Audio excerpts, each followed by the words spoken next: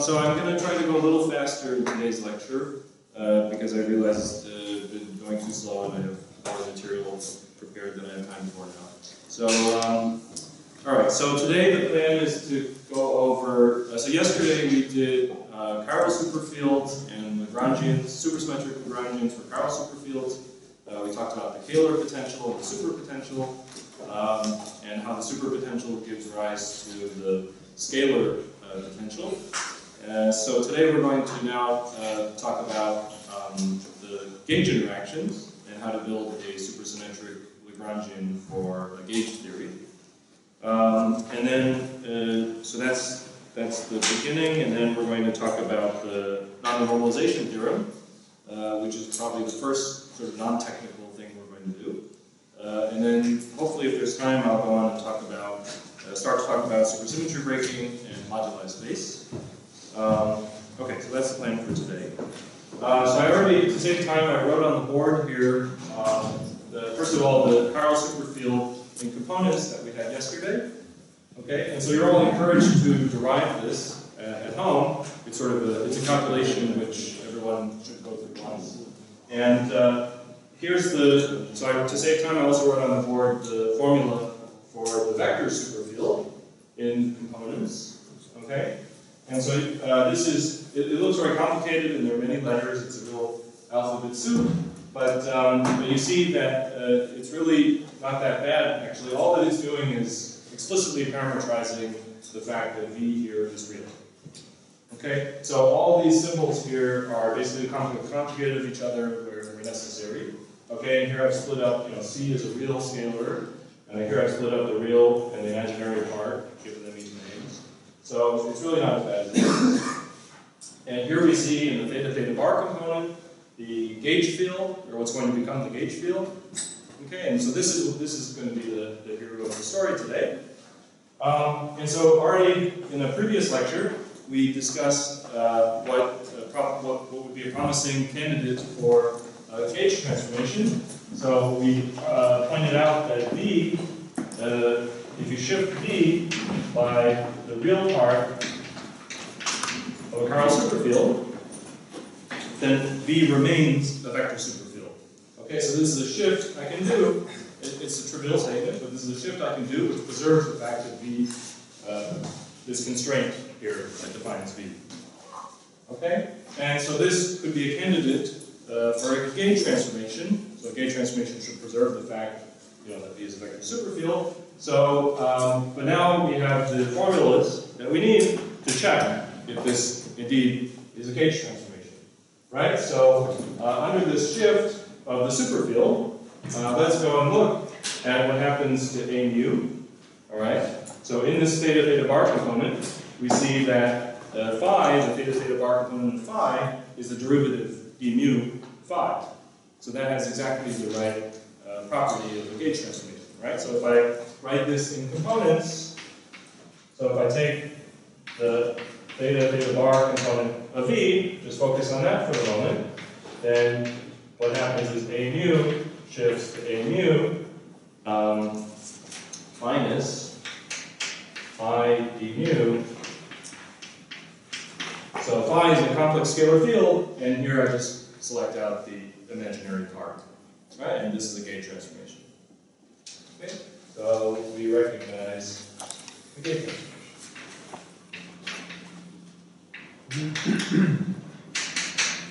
Okay. And also under this gauge transformation, so there A mu shifts by the usual gauge transformation, and then all the other components of V also shift, right? By something. And so that's an important thing to keep in mind.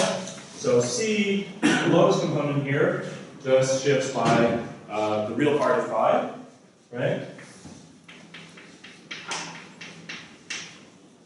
The chi just shifts by the fermion in the chiral superfield, and M and N shift by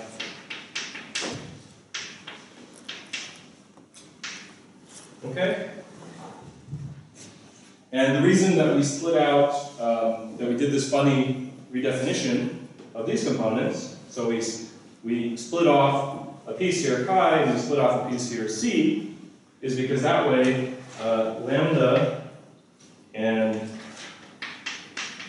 d are gauge invariant.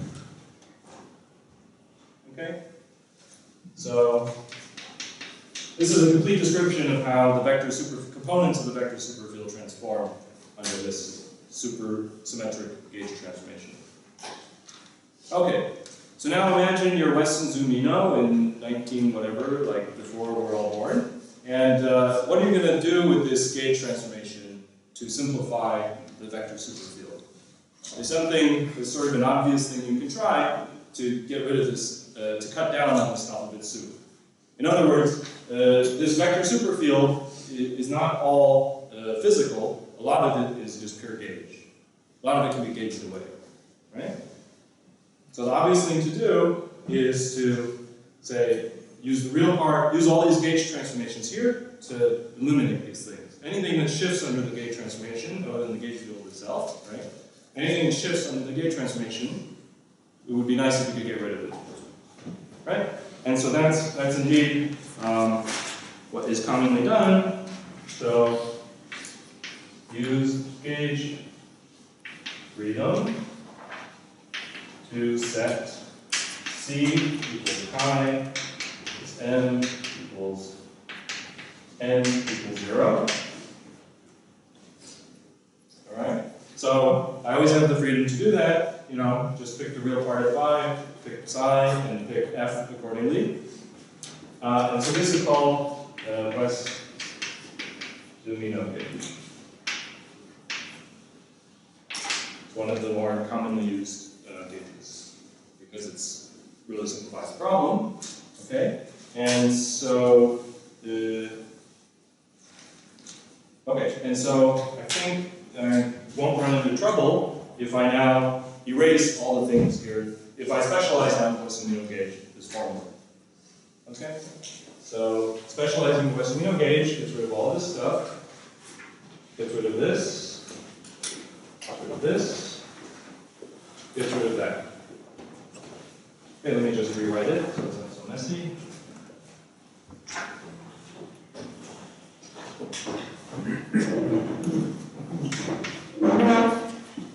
Okay, so that's V now.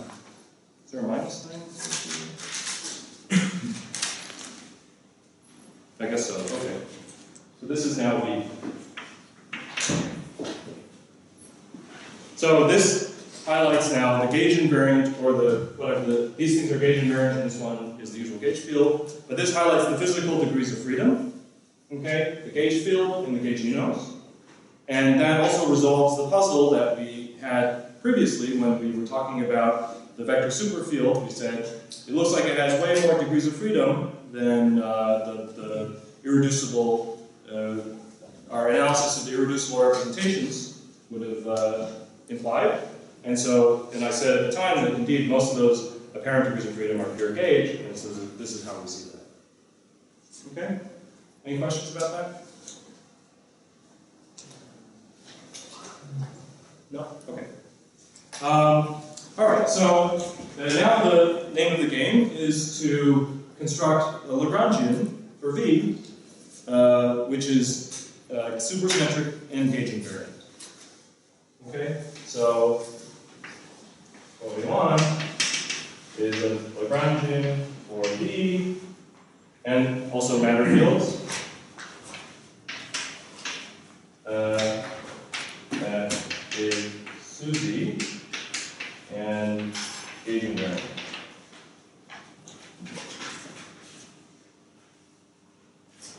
Okay. So, and let's see, I'm going to just, so right now, this is just an abelian vector field, right? There's no, there are no generators of non-abelian groups here, okay? So we're just going to do the abelian case for now. And the non-abelian case, the generalization for that will be straightforward. Okay, so what is something on the board that it could be a supersymmetric and gauge invariant Lagrangian candidate for a term in the supersymmetric and gauge invariant Lagrangian? Anybody? There's something on the board that I could already try.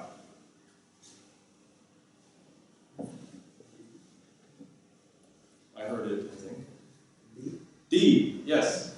D is gauge invariant. It has spin 0, right? So, and it's the top component. It's the theta to the fourth component of something. So it's got all the required properties. So D is supersymmetric, meaning it transforms into a total derivative. And it is gauge invariant. Okay? So, so one term in our Lagrangian could just be that. Right? Where this C is called the client for the Opulus parameter. Okay. So obviously this is not going to be an entire Lagrangian because there's no kinetic term or anything. But this could be one term in a supersymmetric Lagrangian, and I can of course write this as integral d4 theta of the vector superfield. Okay.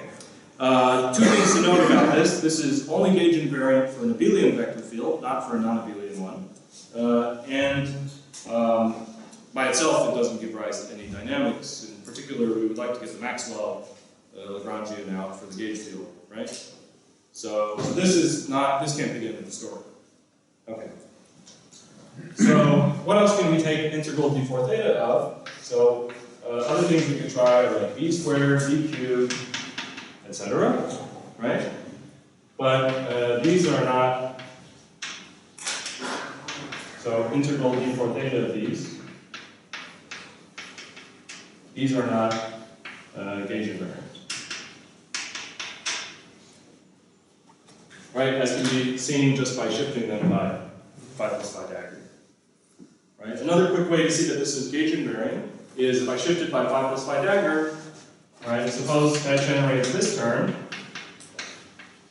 which, what did we say yesterday about things like this when you take integral d4 theta of them?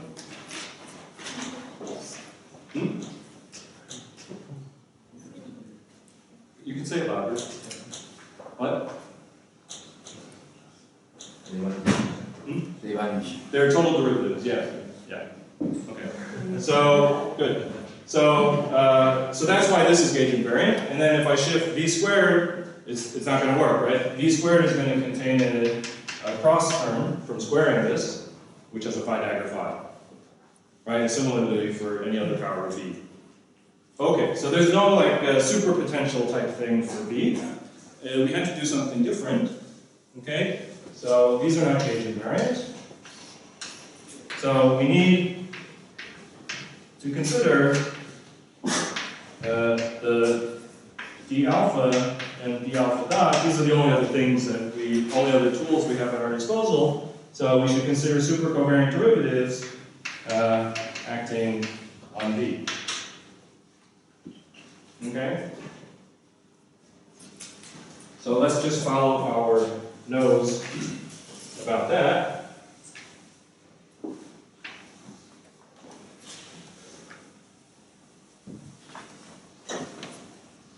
So consider, let's see, how do I do it? Let's consider one supercovariant derivative acting on v. Okay, how does that shift under a gauge transformation? This will shift to, so the supercovariant derivative annihilates the anti-Carl superfield, right? That's the definition of the anti-Carl superfield. So looks like we're making good progress, right? But it's still not gauge invariant. So let's keep going. What about if I hit this thing with the other one?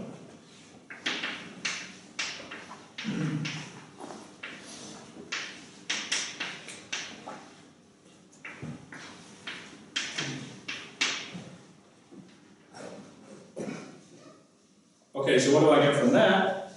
So I can simplify this thing by using the fact that the anti-commutator of the supercovariant derivatives is a regular derivative.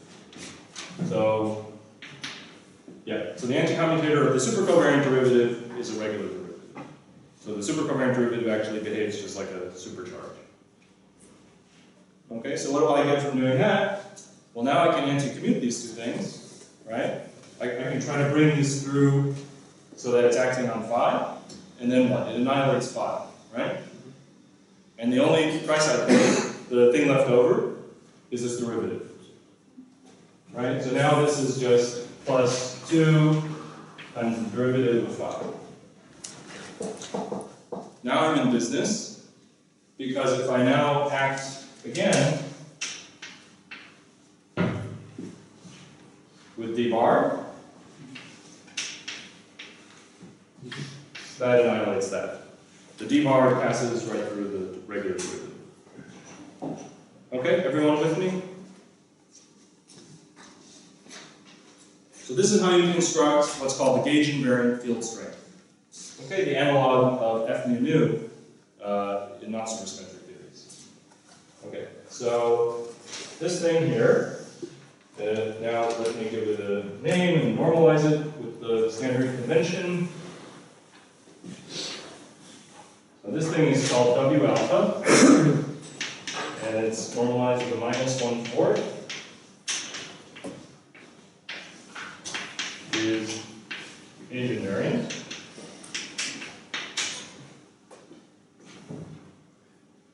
Okay? Okay, so, and in components,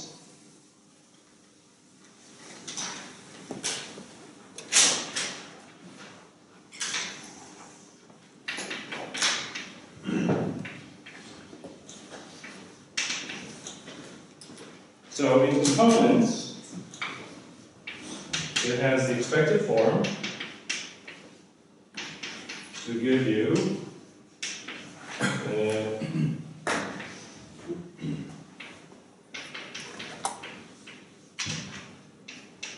the Maxwell term.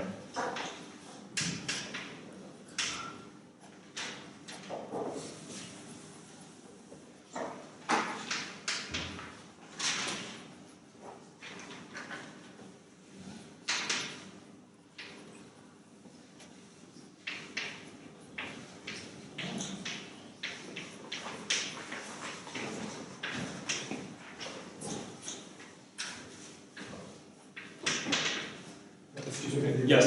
The W8, are there shouldn't there 3 or in the W8 it's 1/4 and it's only 2 covariant derivatives, not 3. Here I have 3 superparameters. Yes. Okay, sorry. Oh, that's no, not sorry. a, Okay, that's not an A, that's a 2. Yeah. Okay, sorry. That's this thing here. No, Thanks. yes. Okay. It's much easier. Okay, so I've written here the first few terms in the expansion, the component expansion of W alpha. Okay, so W alpha starts off with the gaugino, and then it has at order theta the field strength, as we knew, and also has the D component. And as a check, everything appearing here is manifestly gauge invariant, each term, right? And also at higher order, at theta squared order, it has a derivative of the gaugino, which as we'll see is totally required in order to get the kinetic term for the gaugino. Okay, the Maxwell thing here is like the kinetic term for the gauge field, right? So we should also be able to get the kinetic term for the gaugino. Okay? So we can also define the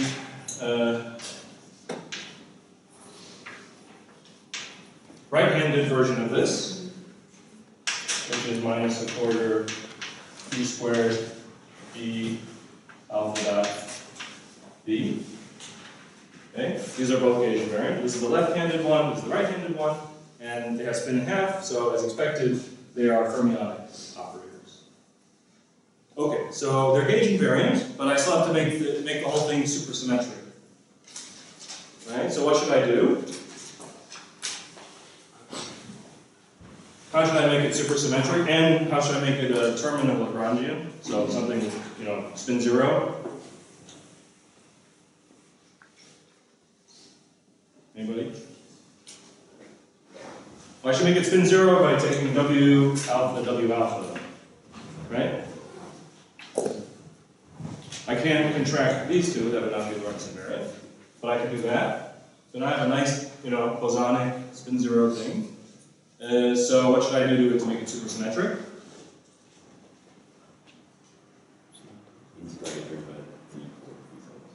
Integrate over d4 theta, good.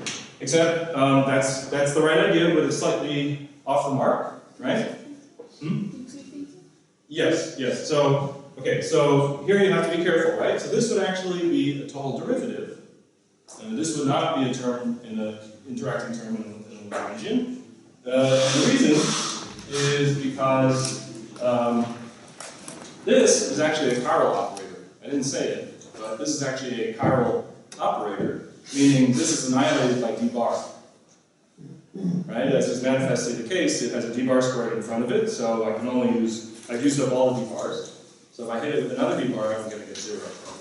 This is gauge invariant, and it's chiral. So if I try to do d4 theta of it, I'm going to get something which is effectively 0. And instead, just like I did for the superpotential, I should be doing d2 theta. Okay, and then I should add a complex conjugate to that. Good, so that's my Lagrangian. And, okay, I'm not completely done yet because I should include, I'm missing a coupling, right? There's no trace of no evidence of the coupling in any of this, gauge coupling. I know that in gauge theories I have the freedom to change the gauge coupling, right? So, but okay, that's easy to include. I just put an overall coefficient in front of this. Call that thing the gauge coupling. Okay, so the standard notation is to introduce something called tau. 16 pi.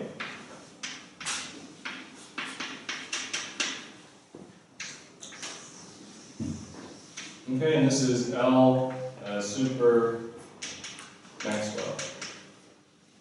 This is the supersymmetric Maxwell Lagrangian. Okay, and then tau, so here you see something interesting, which maybe is actually, no, so it's just as clear in non-supersymmetric theories, right? But here you see the fact that tau can be a complex parameter, right? When I take the complex conjugate, I still get something real. Okay, so what do the real and imaginary parts of tau mean? So the real part the imaginary part is the gauge coupling, and then the real part is a theta angle. Right, so we see both terms are allowed by supersymmetry. All right, and if I extend this out in components using the formula here, by the way, another calculation that everybody who wants to work on supersymmetry should do one time in their life is to derive, it's a homework exercise, derive this from the definition. Okay, so that'll eat up a few hours of your life. But yeah, so that's a good exercise to do. And so, okay, so if I take this in components and I plug it into here, right, so it's not an accident that I only got out theta squared. Anything higher order doesn't matter for this. Okay? So I look at the theta squared and I recognize there's the Gaugino kinetic term, and then there's the F mu nu squared from here, and there's also a D squared from here. Okay? So, and if you take this is, so actually that's a fun calculation to do too. Whether or not you take the real or the imaginary part, after you square this, gives you either F mu nu squared or F wedge F, which is the theta term. Okay, so what this becomes in components is minus 4G squared mu squared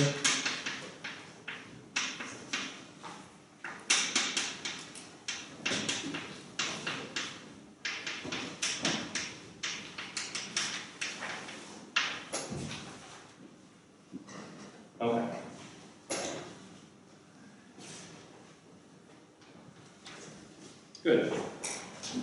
Okay, and you see that the D component is what? It has no kinetic term, right? So it is another example of an auxiliary field, right? Okay, so we're going to be able to integrate out that D term. Okay, if this were the whole theory, we could integrate this out with trivially and it would do nothing, right? But if we couple the theory to matter, then you'll see that this integrating this out gives you another term in the scalar potential for that matter. Okay. Okay. Any questions about this Maxwell-Lagrangian? Seen it all before. Okay. All right. So now let's couple this to matter and get SUSY QED, supersymmetric QED.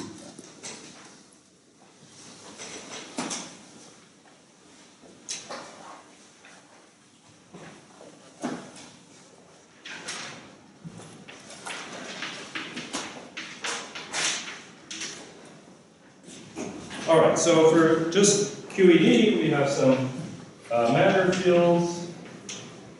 We're going to take them to the Carl superfield, some collection of Carl superfields, and they each have some charge Qi. Okay, and then the way that they're going to transform under the gauge transformation is this is the simplest thing you would do, right? You would just like, so you promote the usual phase rescaling of a field to a Carl superfield rescaling like this. Okay?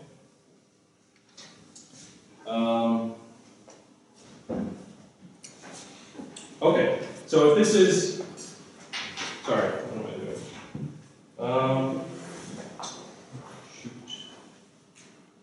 I have changed notation on you. Okay, if I'm really being like before, my gauge transformation parameter was phi, capital Phi. Right, but now there are a lot of capital Phi's running around.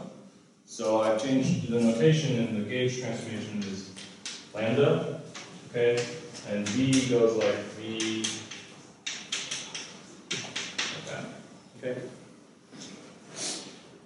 All right, so, oh, crap.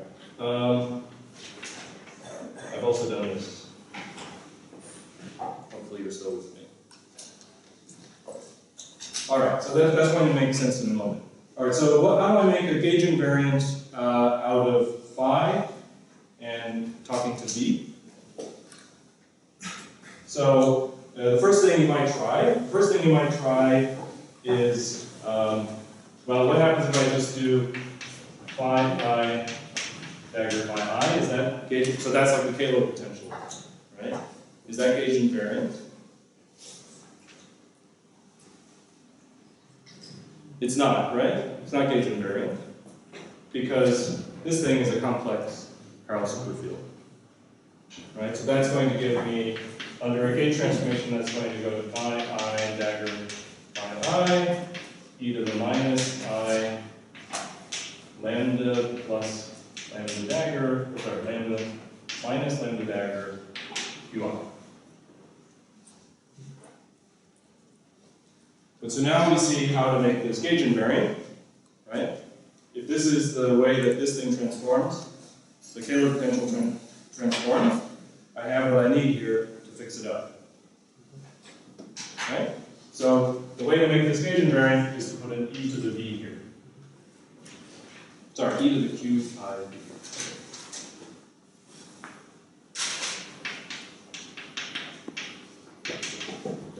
And then this thing is now gauge invariant.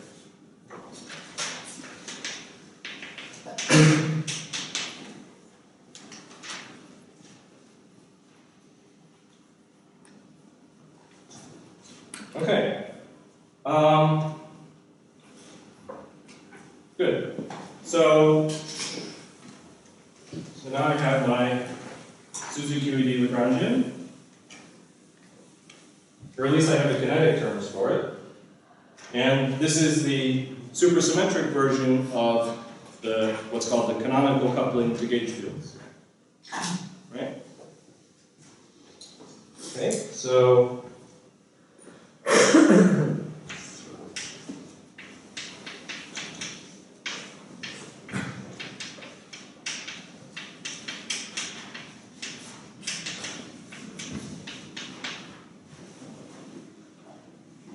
okay, and I can add to this, or I should add to this the Maxwell-Lagrangian that I had before.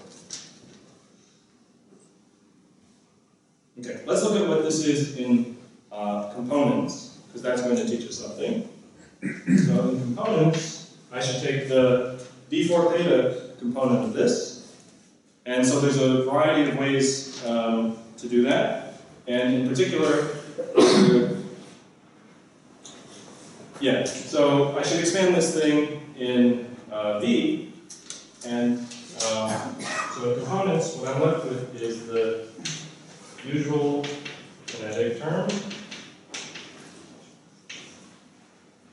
plus some new contributions from V and V squared. Okay, and so what those new contributions look like are something linear in the D term and something linear in the KGM.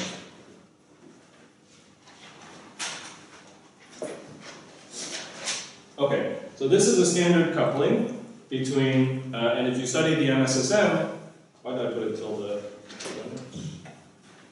okay, yeah. So if you study the MSSM, for instance, you use this coupling all the time. This is a coupling between a fermion, like a standard model fermion, and a gauge node. Okay, so this is a vertex which looks like some fermion, gauge node. Okay, so we use this kind of interaction all the time when we do MSSM phenomenology. Okay, this term here is also absolutely crucial for everything. So this gives me another contribution to the scalar potential, right? Because it's linear in D, and here I have a D squared. So when I integrate out D, so integrate out D, using its equation of motion, I find that D is equal to G squared phi I dagger phi I qi. The sum over I here is implicit. Okay? Maybe there's a minus sign, it doesn't really matter for anything. It doesn't really matter for anything because when I plug it back in, this thing just gets squared. Okay? And what I get is, so plugging it back in, I get contribution to the scalar potential, which is called the D-term potential. It's like D squared over 4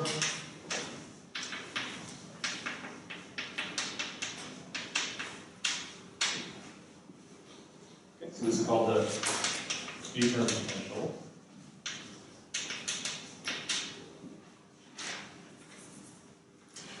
Okay, so this is an absolutely crucial part of the Lagrangian of the theory, right? And this is the thing which actually determines the Higgs mass in the MSSM at tree level.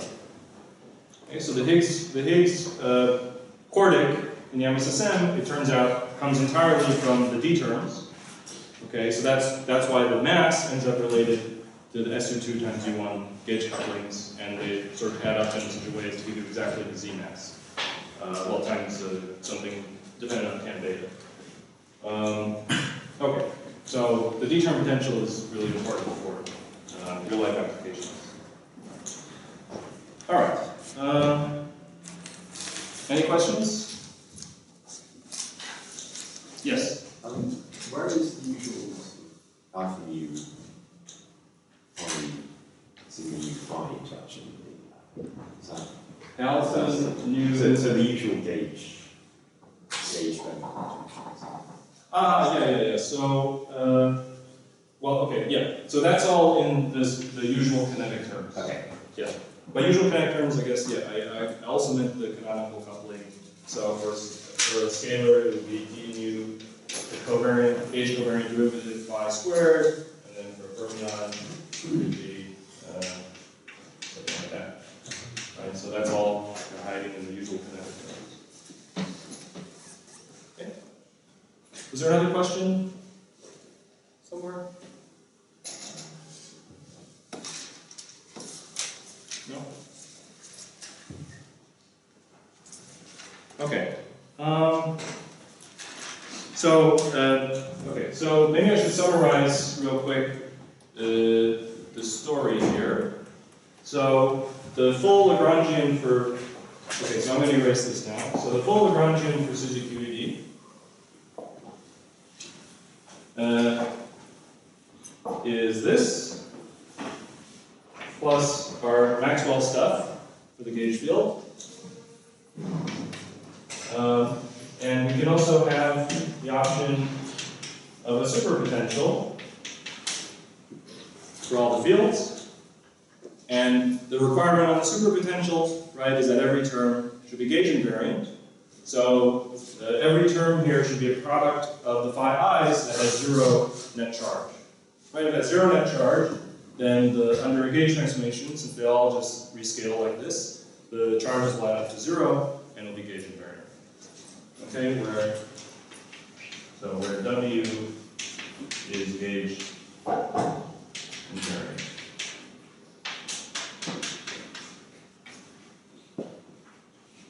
Okay, so this is the full Lagrangian for Suzy QED.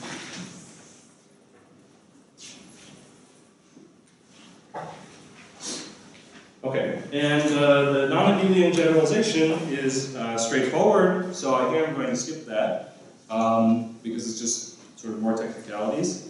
Some things change here and there. Oh, I forgot that nobody asked that I could also add my Phi-Leopolis term if I want, but I don't have to. Okay.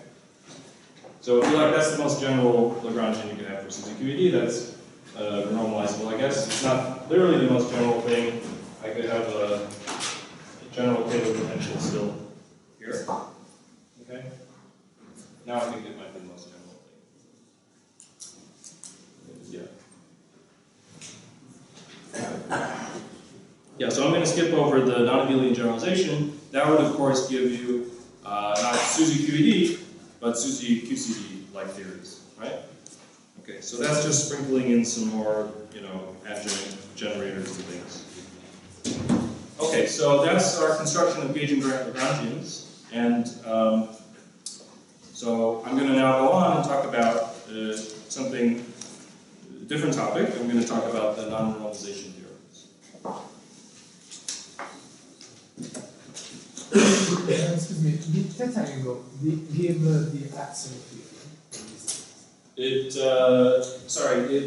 would give the axion field if this became dynamical, but as it is, it's just a parameter. Right? Is that your question?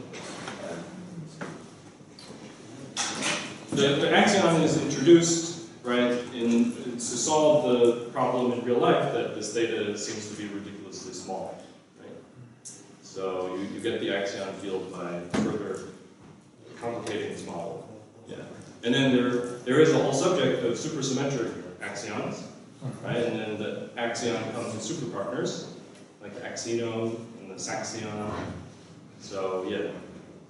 So that you can also do in this supersymmetric context. But that would be an additional field that you add to the story. Yeah. Is there another question?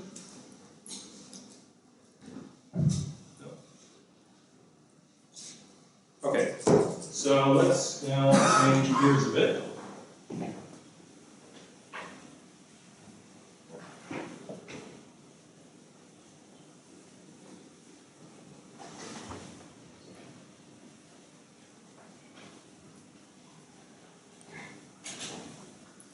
And talk about the non-normalization theorem.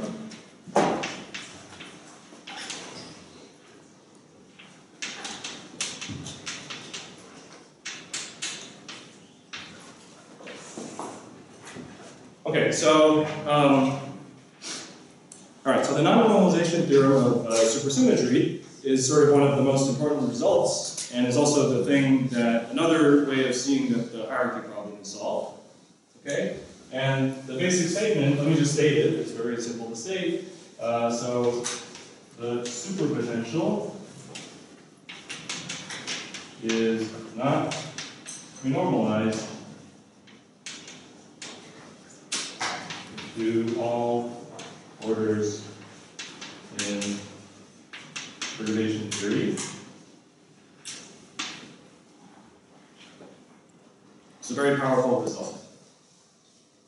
So this W here does not receive any corrections to any loop order. Okay? So this was first proved in the early days of supersymmetry, essentially by brute force, by using supersymmetric Feynman diagrams. Okay? But the modern understanding of the theorem is due to Seibert, who presented a less rigorous but more physical proof of this using what's called holomorphy of the superpotential. Okay? So that's the version I'm going to show you today. Okay. So a key ingredient in proving this, using that approach, is something called R-symmetry. So before I get into proving this, I want to first introduce what R-symmetry is.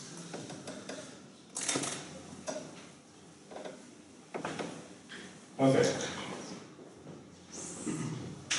R-symmetry.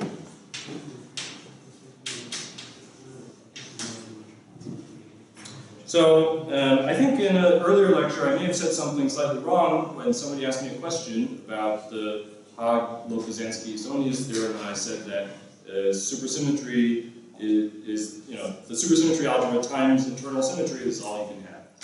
Okay, that left out one important exception to that, which is the R-symmetry, which is a symmetry, an internal symmetry that does not commute with supersymmetry. Okay, so it's not just a direct product of the two. Alright, so that's the one thing you can do which is not factorized from supersymmetry, is this R-symmetry. Okay, and the way to see that there could be an R-symmetry is to go back to the SUSY algebra. Okay, and to note that this algebra has a transformation which preserves the algebra. So it has what's called an automorphism. Okay, so there's a way to transform the charges of the algebra, the generators of the algebra, which preserves it. And that is, I can shift Q, I can rescale Q by a phase, and I can rescale Q bar by the opposite phase. That preserves the form of the algebra. So this is called the R-symmetry, or the U1 R-symmetry. Well, let me not call it a symmetry yet. It's the U1 R transformation. And it's an automorphism of the SUSY algebra. In theories of extended supersymmetry, like n equals 2, for instance, there's an even bigger R-symmetry group. It doesn't have to be abelian anymore. So like for n equals 2, you can have an SU2 R-symmetry that rotates the Q's among themselves and the Q bar among themselves. Okay?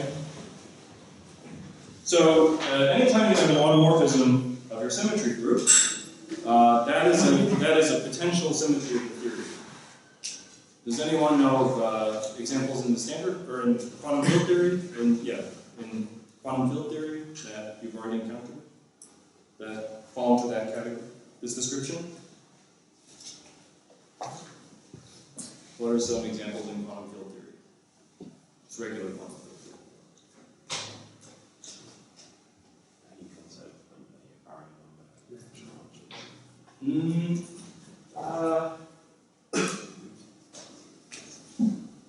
Yes, maybe, yeah. I was thinking of C, P, and T. So these are all discrete automorphisms, Z2 transformations of the Lorentz group. which preserve the form of the Lorentz algebra, right? And so they could be symmetries of nature, of the Lagrangian, but in fact they don't have to be, right? And so it's that observation that they don't have to be that leads to a lot of physics and Nobel Prizes. So, okay. So it's the same thing with R symmetry. So this is a potential, could be a symmetry of the theory, because it's compatible with the algebra, but doesn't have to be. Okay. So let's see how that works in a little detail for the Western-Newell models. Okay. So could be a symmetry of the theory, but it doesn't have to be.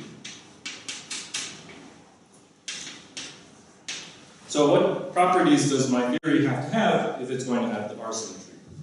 Okay, so let's consider a West-Zumino model of a single chiral superfield. Okay, so if this theory has an R symmetry, then the chiral superfield should transform under it. Right? Okay, but so how does the chiral superfield transform under it? It's not as simple as phi goes to e to the I times some charge phi. This is not how phi transforms, right? Because the transformation does not commute with supersymmetry. Right? This would be a transformation of the whole chiral superfield, right? So this would be what's called a non-R symmetry, or a regular global symmetry. The R symmetry is special because it doesn't commute with supersymmetry, which means that the different components of phi transform differently under the R symmetry. Okay? So you can't write a superfield transformation like this. Instead, you have to break it down into the different components of phi. And this is best done in superspace. And I see now I'm going to run into trouble. So there's too many things called theta. Oh, there's too many things called alpha.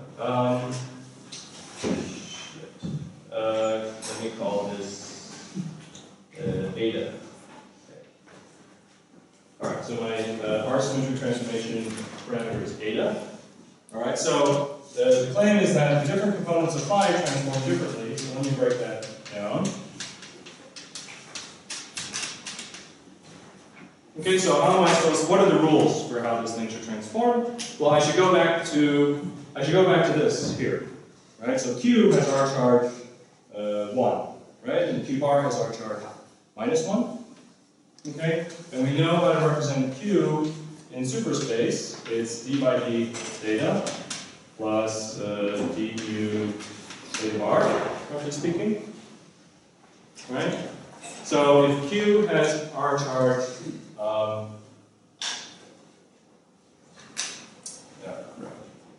so the convention is like this. Okay, so Q has R charge -1. Then d by d theta has R charge -1.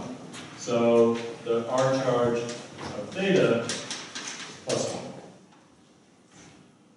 Okay? And then the R charge of theta bar is -1.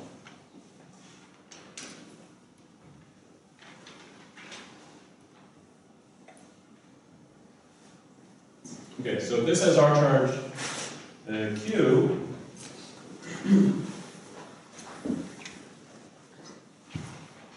yeah. So if this has R charge Q, then this tells me that so this has R charge 1, this has R charge Q minus 1, has R charge 2, has R charge Q minus 2. With me?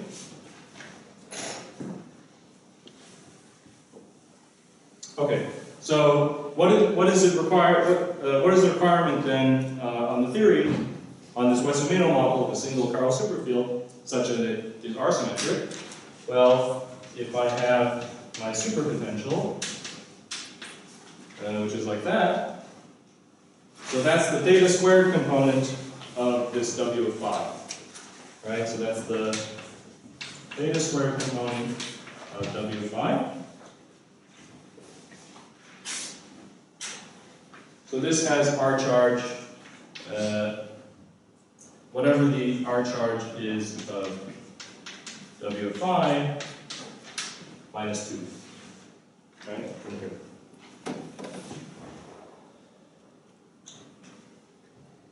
Okay.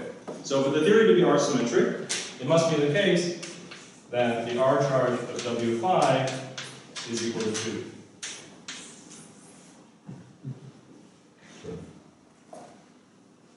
So there has to be a way to assign, if the theories are symmetric, there has to be a way to assign the charges to the phi, assign a charge to phi, such that the R charge of the superpotential is 2. Okay, maybe this will be more clear if I do an example. So let's consider the normalizable theory, f plus f phi plus a half m phi squared plus 6 lambda phi cubed.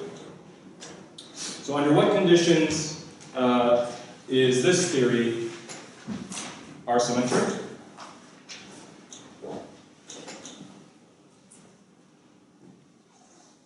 Anybody? I have to be able to assign R charge 2 to this thing. So let me stare at the first term. Suppose the first term is there, is turned on, right? That fixes phi to have R charge 2, right? But then the other two terms are bad.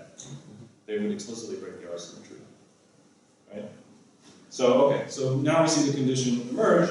In order for this thing to have an R symmetry, only one of these terms can be present. The moment I turn on two terms, I've explicitly broken the R symmetry.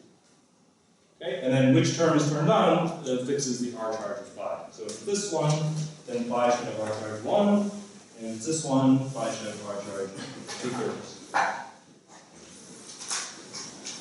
Okay?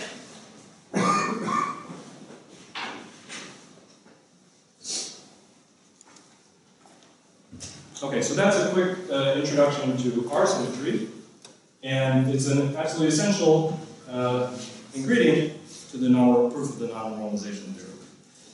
So that's what I'm going to do next, unless there are any questions about R symmetry. Okay.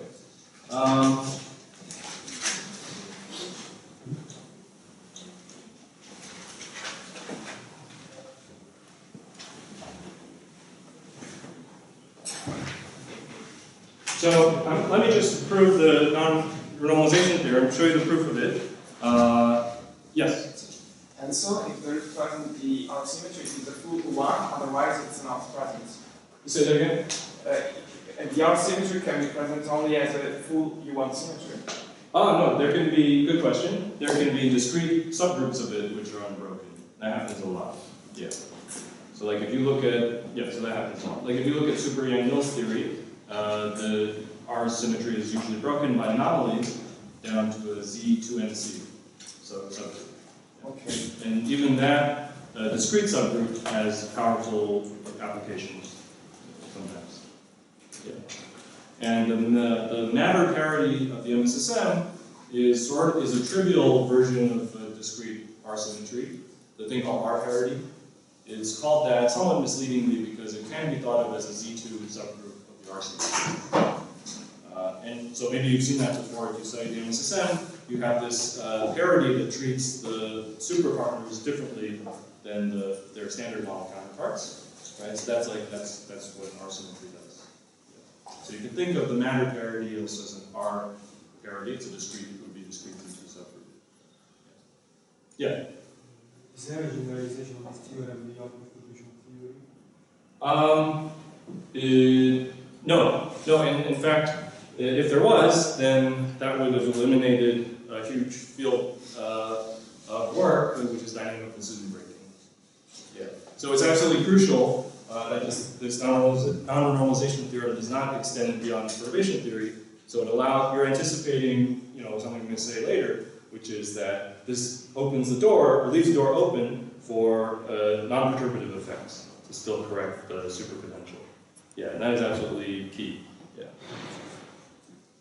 Okay, so just for simplicity, I'm going to prove this non-renormalization theorem for theories without gauge fields. Okay? So, and the key idea of the proof is that superpotential is holomorphic. It's holomorphic in everything that is dependent on. Okay? So this is a good example. So let's consider this superpotential again. And let's write it as now a function not just of phi, but also of the couplings. Okay, so let me write it also as a function of these couplings. Now the claim, right, is that, or the key observation here, is that this is a holomorphic function in the sense of complex variables of not only the field, but of the couplings. Okay, and that this is true even after I do renormalization. Okay?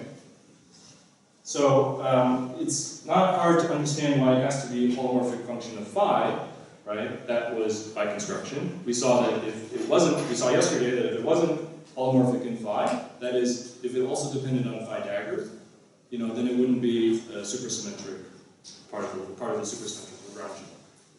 Right? So that part is easy to see, and what's a little trickier to see is that it has to be also holomorphic in the couplings. Okay? And so the way that you argue that it has to be, so W is holomorphic in phi and in the couplings. And the way you see that is that you view the couplings as beds of background superfields.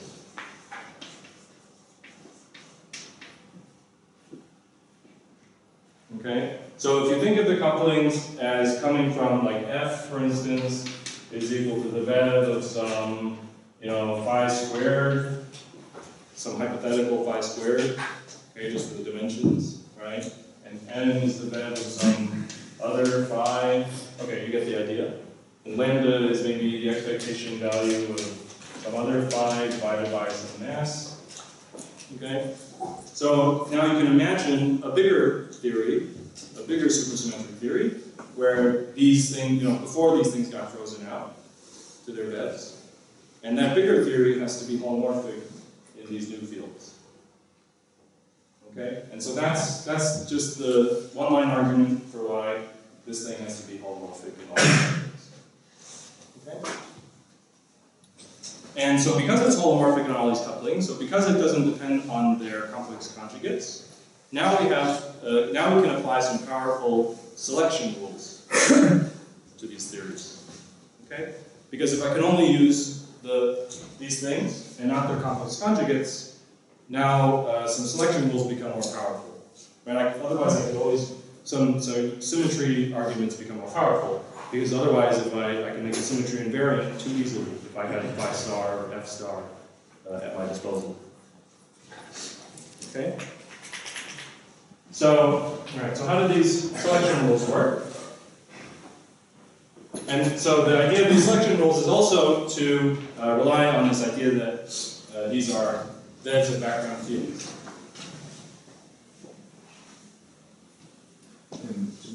Yeah. So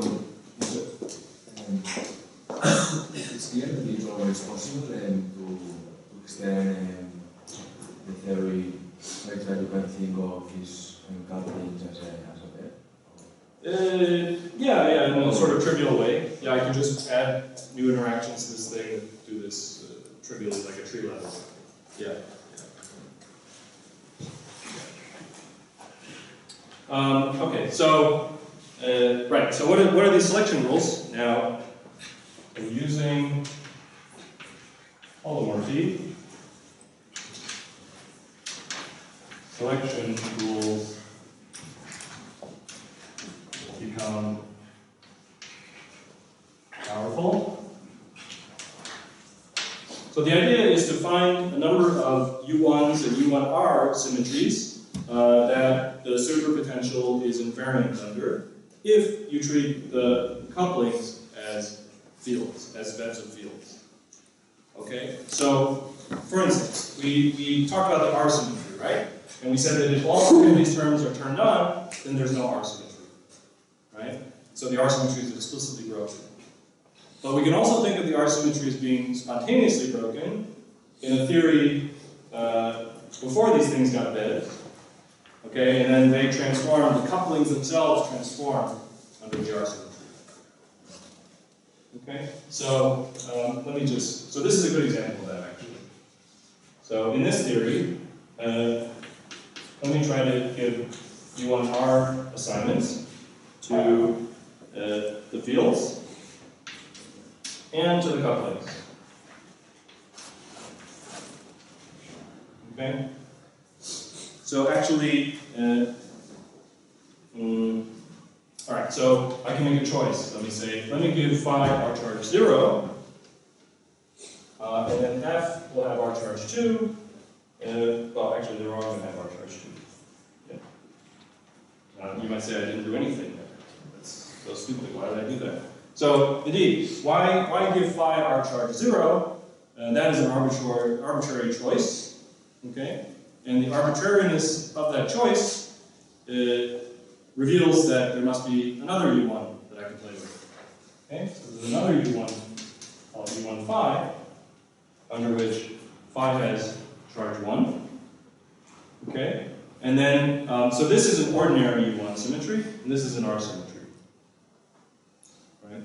The difference between any two R symmetries is an ordinary symmetry. I probably should have said that. Okay, so there's only ever one independent R symmetry. Everything else is ordinary symmetry. Okay, so if this is an ordinary symmetry, then W has to be invariant under it. Okay, so that tells us what these charge assignments are. F should have charge -1, M should have charge -2, lambda should have charge -3. Is there a question?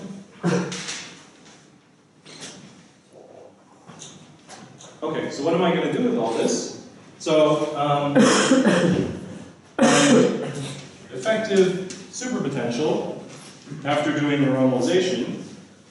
Okay, so renormalization cannot change these symmetries, right? Cannot affect these, has to preserve these symmetries. As long as I use a regulator that preserves these symmetries, renormalization should preserve all the symmetries of the theory, right?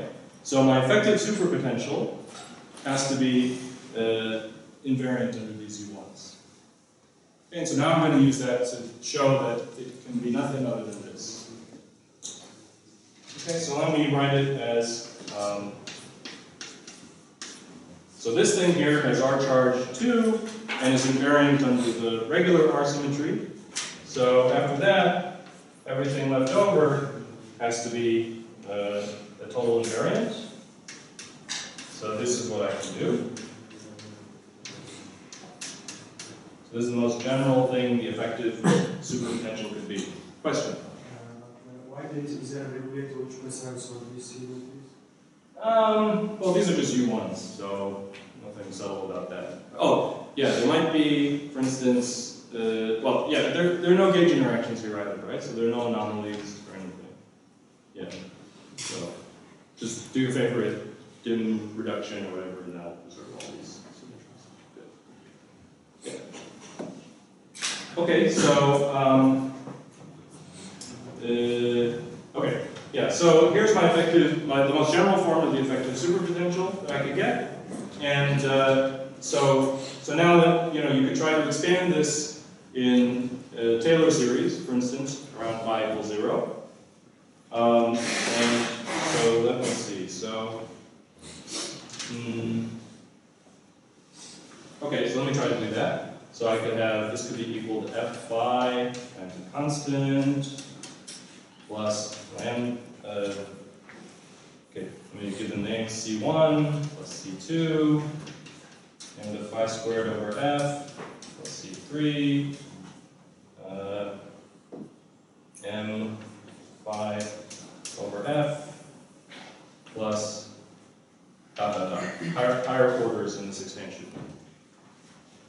Okay, so how do I fix these coefficients, C1, C2, C3, and all the higher order terms? So here's the last ingredient of the proof, okay, or the argument, is I require that this has a smooth limit as I send any of these parameters to 0. Okay, I require that the effective superpotential be finite, not blow up, as I take any of these parameters to 0.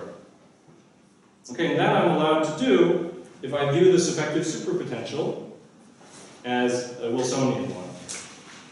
Okay, what would be the problem, say, of requiring that it's finite as n goes to 0? There could be infrared divergences, right? You could encounter infrared divergences if you're integrating out a massless particle, right? But in the Wilsonian renormalization scheme, that doesn't happen. There are no infrared divergences because you only integrate out momentum shells. Okay, so this argument and the statement about the non-renormalization of the superpotential is specific to a Wilsonian scheme. Okay, you could also consider a 1pi superpotential, and that would not be that does not satisfy the non-renormalization theorem. Okay, so for Wilsonian W effective, this should have a smooth limit as I take these parameters to 0, and that limit should match on to the classical superpotential. Okay, so that fixes these coefficients to be 1, and there can't be anything higher order here.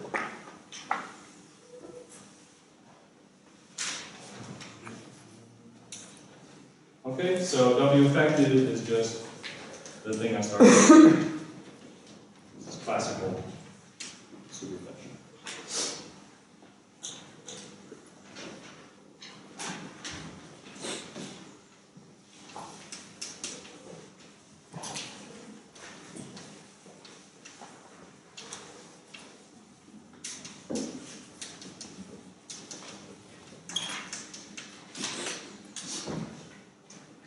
Okay.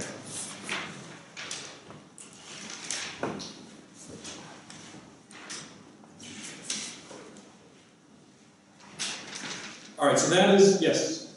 If I have a theory that wasn't supersymmetric, but still had this U1R as an ordinary U1 symmetry, would this theorem still hold? Okay, so, right, so what we really use here is the fact that, okay, so good. I'm glad you asked that because, so what is so really, let me return to the statement that holomorphy is the key ingredient to this proof, right? And holomorphy is directly tied to supersymmetry. Okay, so if it had been the case that W could be also a function of, say, F star, M star, or lambda star, then these selection rules would have no power, right? Because I could make invariance just like phi dagger phi, for instance. I could put a phi dagger phi here. In this general function here, I could put phi dagger phi. It doesn't have to be suppressed by anything, right? And this could be a general function of phi dagger phi with an arbitrary Taylor expansion, right? And then this requiring that there's a good weak coupling limit and all that would not do anything to exclude phi dagger phi from the story. Yeah. So just having these symmetries is not enough. You also need that the thing you're considering is known to be holomorphic for one reason or another in all the couplings in all the fields. And the only thing that does that I know of is supersymmetry. Yeah. Okay, so this argument extends to, so it's a straightforward generalization of this argument to all nonlinear sigma models, so all Western models with arbitrary number of fields, arbitrary number of couplings. Okay, so I'm not going to do that. Let me just mention one other thing, which is that so the superpotential is not renormalized in perturbation theory. Does that mean that there's no perturbative renormalization in supersymmetry at all?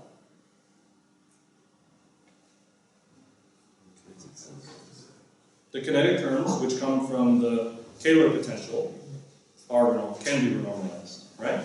Okay, so the Kähler potential,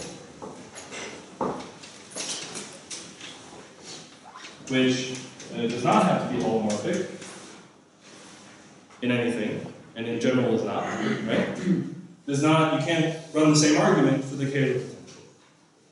Right, so the Kähler potential is renormalized.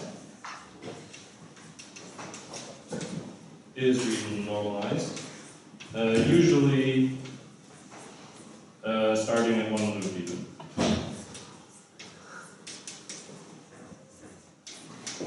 Okay, so the Kähler potential receives every correction known to man.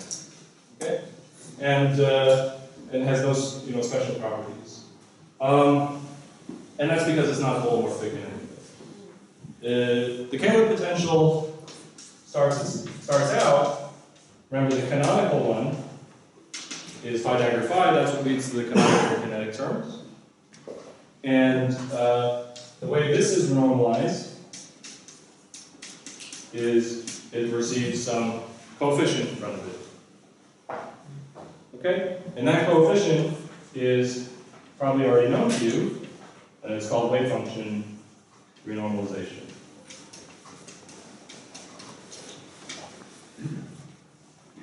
Okay, and of course, in general, renormalization can also introduce higher order terms in phi dagger phi.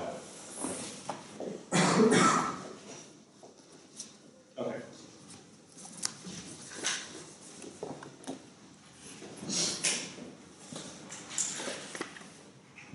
All right, so that's the non-renormalization theorem in a nutshell.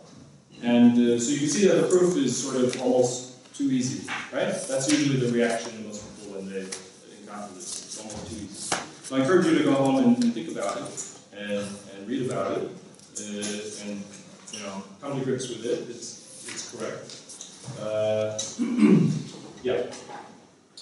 Okay, so if there are no questions, I'm going to now talk about an application of the non-renormalization theorem to what's called SUSY moduli space. Okay, and also the application of SUSY break.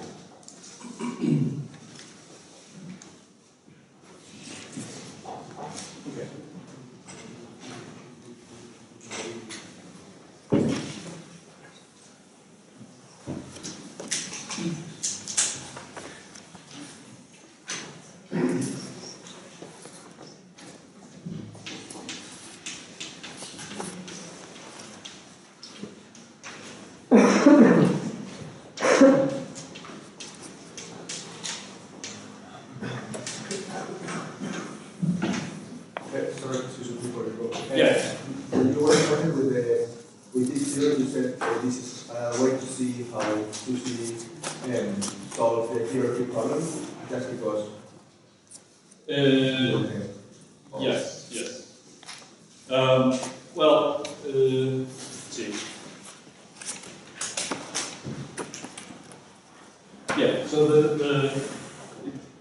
So it means that there can't be any quadratic divergences here in the purely supersymmetric theory, because the mass parameter in the superpotential is not normalized, and the Kähler potential, just by dimensional analysis, the wave function normalization is going to give you a log divergence at most. Yeah. So that gets rid of that's another way to see that you get rid of the hierarchy. Sorry. How's Yes. an easy way to reconcile the fact that you get a wave function normalization with the non-normalization of the superpotential? Because that should get into there as well. So wait, I think you're asking. Let me see if this is what you're asking. So the Kähler potential, I said, the canonical one can get a z vector in front of it, and the superpotential by the non-normalization theorem gets nothing. Yeah. So you can also rescale. And you should rescale phi to make phi canonical again, to talk about on-shell conditions and things, and that will in general introduce renormalization group evolution back into W.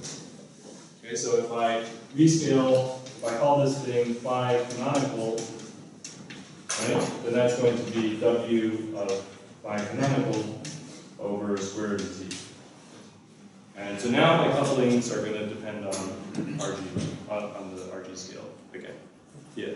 So there's only a special frame called the holomorphic frame, the holomorphic scheme, in which W is not normalized. Yeah. Is that what you're asking? Yes. Okay. And this is the standard thing to do to derive beta functions for couplings in supersymmetric theories. So yeah, you might be confused because you may have seen like beta function equations for supersymmetric parameters. So where do those come from if the superpotential is not normalized? They come from doing this rescaling. Okay, and that gives you a quick, like a 2-line derivation of the beta functions for all the couplings because they're all determined by wave function normalization. Yeah, so that's why the beta functions for supersymmetric couplings are always just given by the anomalous dimensions of the fields in question, right? Because you take a derivative of Z and you get the anomalous dimension. Okay. Cool. All right. So yeah. So I want to talk about in the remaining 10 minutes. I want to talk about something called moduli space, and more generally, how to find the SUSY vacua of a theory, or how to find the vacuum of a theory, and to know if they're supersymmetric or not. Okay. So a common. So usually when you so we've gone through the trouble of defining supersymmetric Lagrangians. And now we'd like to analyze the dynamics of these supersymmetric theories, right? And so what's the first thing you do when you analyze the dynamics of a QFT? You look for its vacuum, right? So how do we find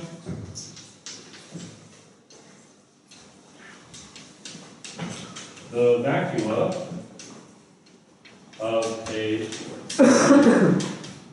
theory?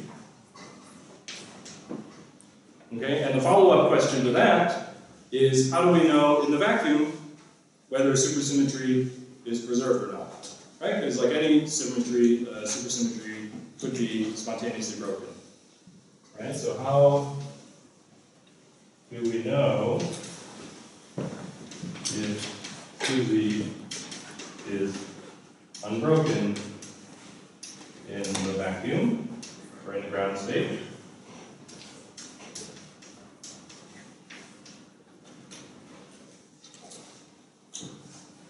Okay, so it turns out that if you answer this question first, even though logically this question comes second, if you answer this question first, you get to answer this question as a byproduct.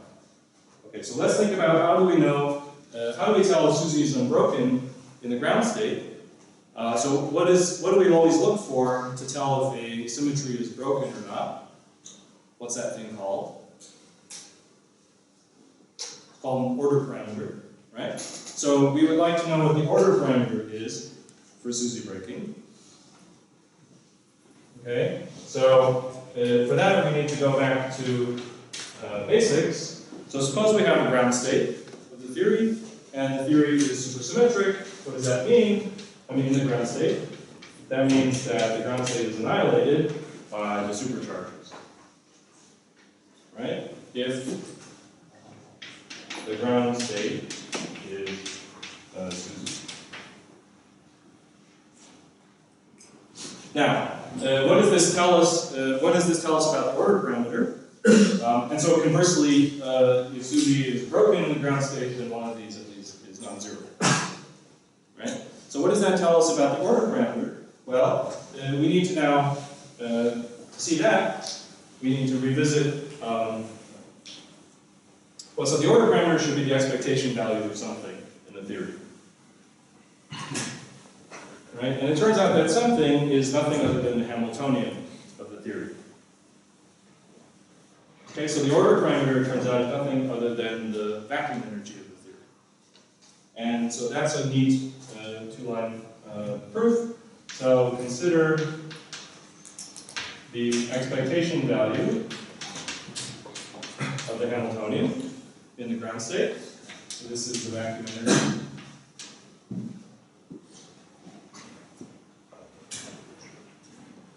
And,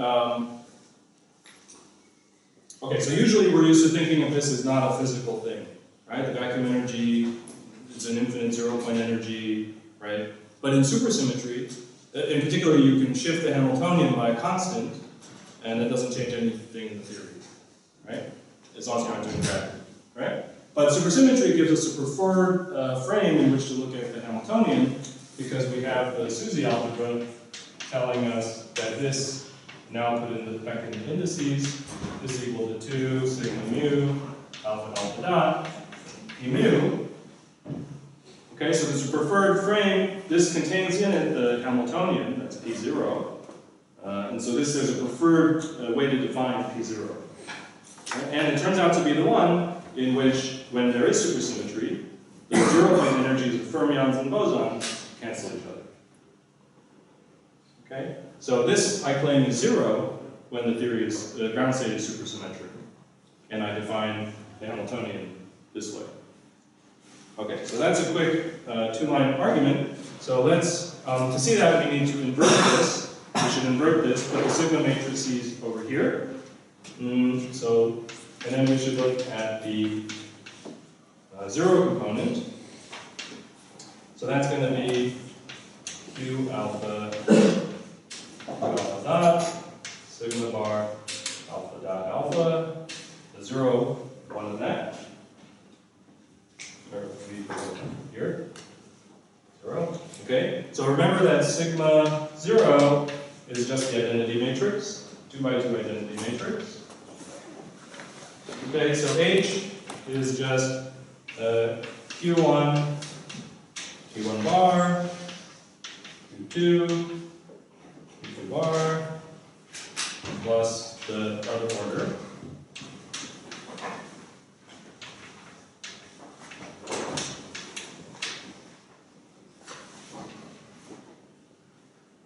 Okay, so here I substituted, to get this, I substituted in the fact that sigma 0 happens to be the identity matrix. Okay? So now we see something cool. So we see that this is equal to, so now I put the vacuum, I sandwich this between the vacuum, the ground state, and I notice that it's the, so this is the dagger of that. These are the Hermitian conjugates of each other.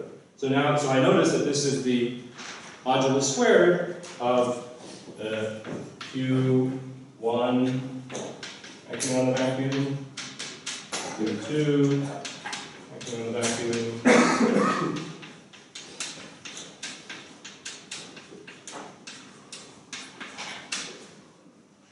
okay? And so that's the desired result. So if the vacuum is supersymmetric, the energy of the ground state is 0. And if the vacuum is not supersymmetric, the vacuum energy is non-zero. So evac is equal to 0 if and only if SUSY is unbroken in the ground state. So this is the one and only order parameter for SUSY breaking.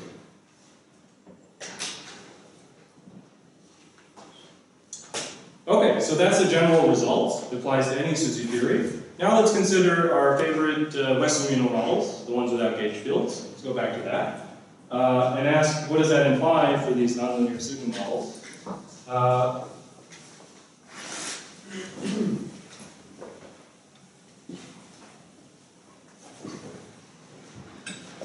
So for nonlinear sigma models, we have that the scalar potential is just the derivative of the superpotential squared, modulus squared. Right? And I guess if we were doing it more generally, there could be a scalar metric here. That was yesterday. Okay? So let's stare at this for a second. It has a desired property, right? Which is that it's always greater than or equal to 0.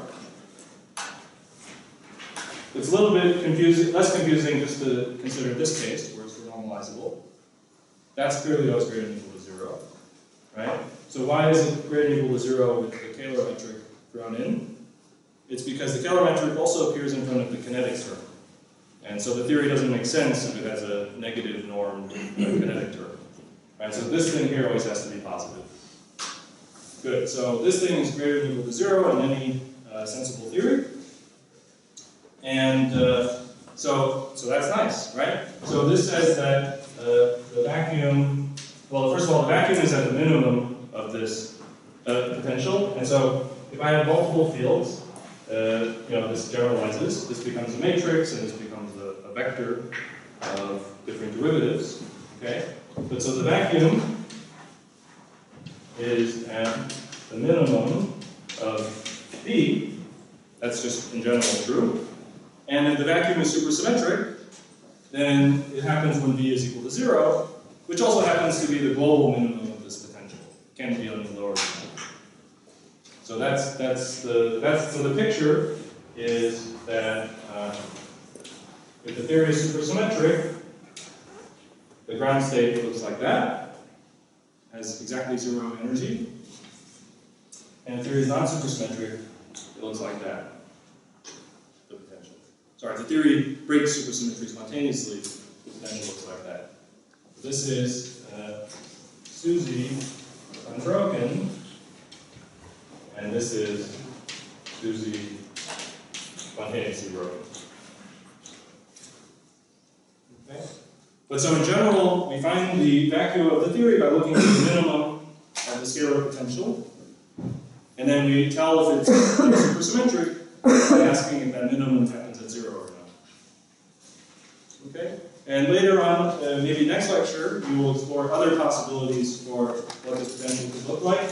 Other possibilities include a combination of these two. For instance, there could be multiple vacua. It could look like that. So that can happen. So there could be a SUSY vacuum, and then a metastable SUSY breaking one. Okay? Other things that can happen include, what would that be? That would be runaway behavior. The theory has no vacuum, no stable vacuum. Or if you like, the vacuum occurs at infinity. Okay, so all of these things can happen. And one last thing can happen, which is that, and it's probably easier to visualize this, say I have two fields. There could be something called a moduli space, where I don't get just one SUSY vacuum, but I get a whole valley of them, with all with 0 energy. Okay, and that's what's called a SUSY moduli space. So all of these things happen. Okay, so I think I'm out of time, and I did want to say one more thing before stopping. So this is for the nonlinear sigma model, which is the theory just made out of chiral superfields. And so a short step. So we should also talk about the gauge theory that we started off defining today, right? So what is the story in the gauge theory? So in the gauge theory, you have two contributions to the scalar potential. You have the what's called the F-term contribution. This is the usual dW dphi business. Okay, that's called the, did I say that earlier? Or maybe I forgot to say that. This is called the F-term potential, because it comes from the F-terms of the superpotential. And then you have what's called the D-term potential, which comes from the gauge interaction. Okay, so this, if we forgot what this is for the SUSY QED example we did. This is some G squared times sum over Qi, Yi dagger Yi squared. Okay, and in general, it's G squared times D squared, the auxiliary D component, where I integrate that out and substitute back in. Okay, so what we learned from this is that in the general theory, even including gauge interactions, the scalar potential is manifestly, non-negative. Right? Both terms are greater than or equal to 0 separately. Okay, so in the theory with gauge fields, you get additional constraints if you want the theory to be supersymmetric. Right? So not only the F terms have to be 0 for supersymmetry, but also the D terms have to be 0. And so imposing both of those constraints in theory of gauge interactions usually leads to a more restricted vacuum space. Okay? So we'll have more to say about that.